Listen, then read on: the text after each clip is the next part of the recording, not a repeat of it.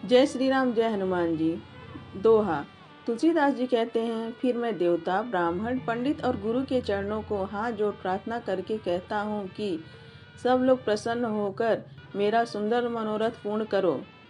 फिर मैं सरस्वती और गंगा जी की वंदना करता हूँ, क्योंकि दोनों मनोहर और पवित्र चरित्र वाली हैं। एक गंगा जी जो स्नान पान से पापों को हर लेती हैं, और दूसरी अर्थात सरस्वती कहने सुनने से अज्ञान को हर लेती हैं।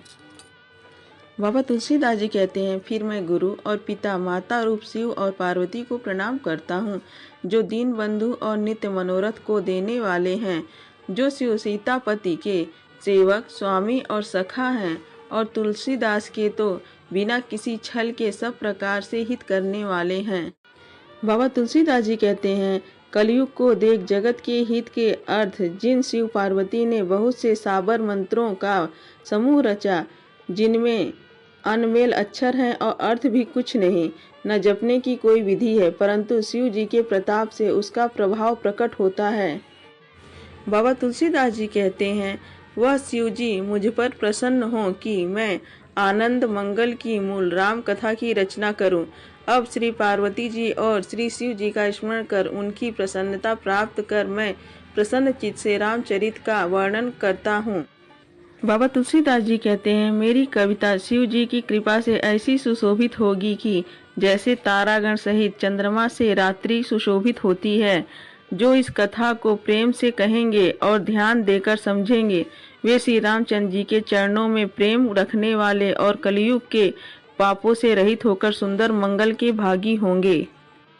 बाबा तुलसीदास जी कहते हैं, यदि स्वप्न में भी सचमुच मुझ पर श्री महादेव जी और पार्वती जी की प्रसन्नता हो तो इस भाषा कविता का प्रभाव जो मैं कहता हूँ वह सब सत्य होवे। बाबा तुलसीदास जी कहते हैं, अब मैं पवित्र अयोध्यापुरी की वंदना करता हूँ कि जहाँ कलयुग के पाप नाश करने वाली सरयू नदी बहती है। फिर मैं अयोध्यापुरी के उन नागरिकों को प्रणाम करता हूँ कि जिन पर प्रभु की थोड़ी ममता नहीं है, अर्थात बड़ी अधिक प्रीति है।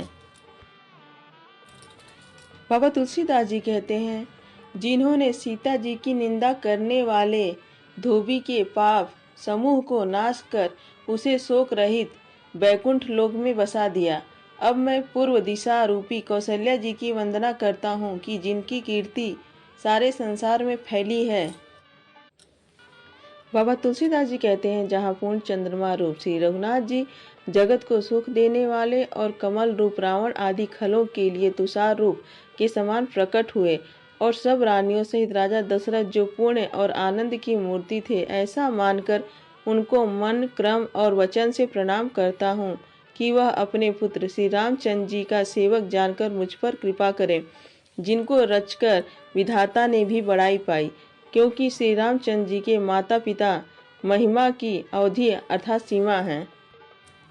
बाबा तुलसीदास जी कहते हैं, इसलिए मैं अवध के राजा महाराज दशरथ की वंदना करता हूँ, जिनका सच्चा प्रेम श्री रामचंद्र जी के चरणों में था,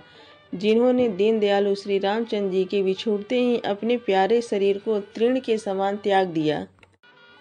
बाबा तुलसीदास जी कहते हैं, फिर मैं परिवार सहित राजा जनक जी को प्रणाम करता हूँ, जिनका श्री रामचंद्र जी के चरणों में गुप्त स्नेह रहा, परंतु उस प्रेम योग को भोग में उन्होंने ऐसा छिपा रखा था कि वह श्री रामचंद्र जी के दर्शन होते ही प्रकट हो गया।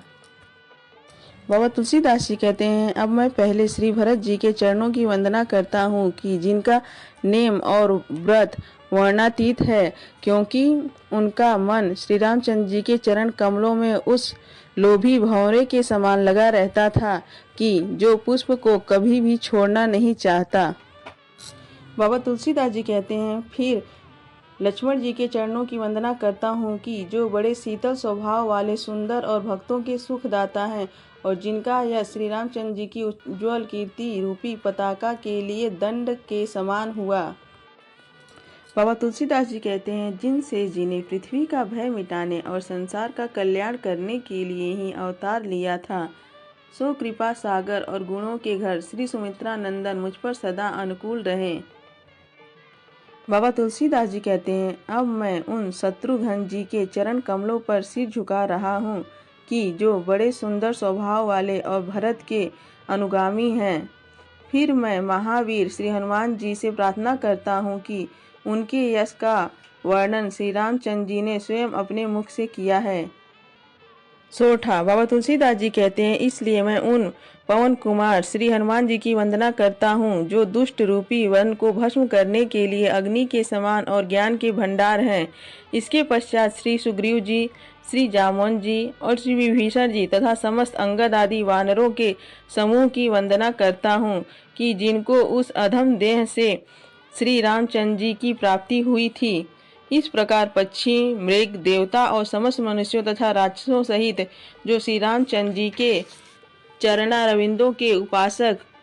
अर्थात भक्त हैं और जो निष्काम भाव से श्री रामचंद्र जी के दास हैं, मैं उन सभी के कमल रूपी चरणों की वंदना करता हूँ।